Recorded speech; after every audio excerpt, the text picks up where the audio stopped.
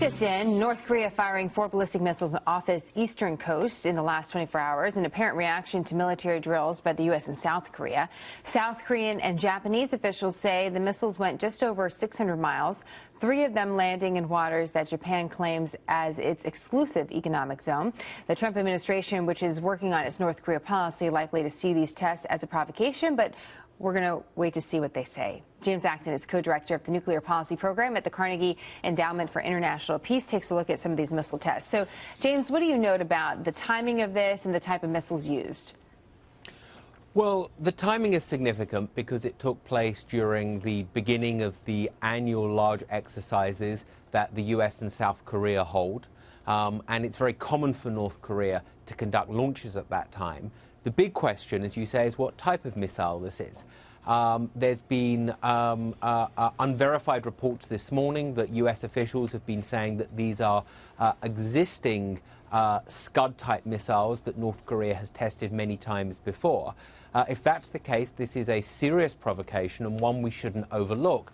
But it's also less threatening than the development of new capabilities that would significantly enhance the danger to South Korea and the United States. That's interesting context for us. That being the case, as we wait for a little bit more information on exactly what transpired with this test, if you were speaking to the Trump team, what is your best advice about how to react to this sort of provocation?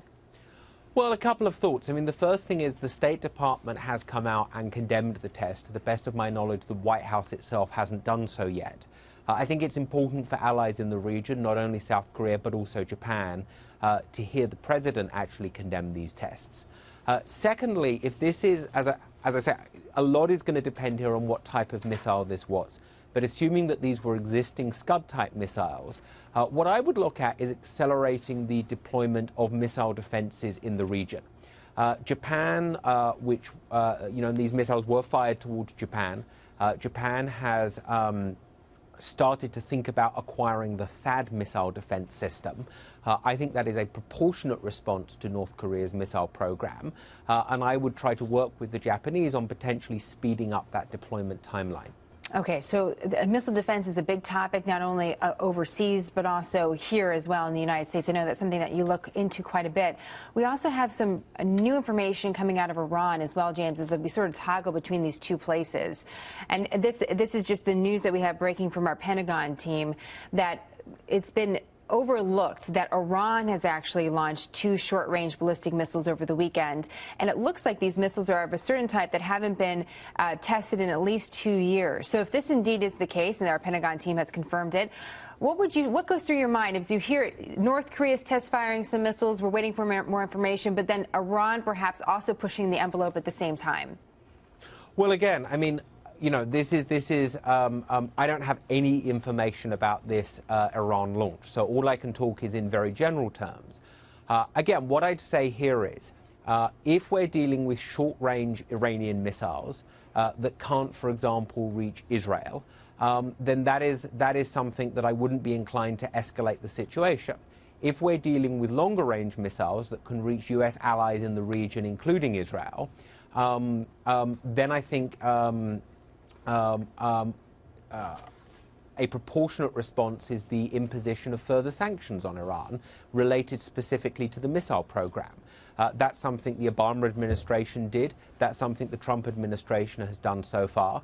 I think it's important not to let longer-range Iranian missile tests go unchallenged.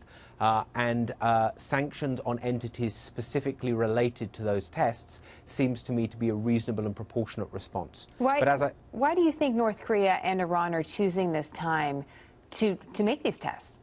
Well, I think they probably have quite different reasons. I mean, in the case of North Korea, as I've already mentioned, there's these big annual US-South Korean military exercises going on.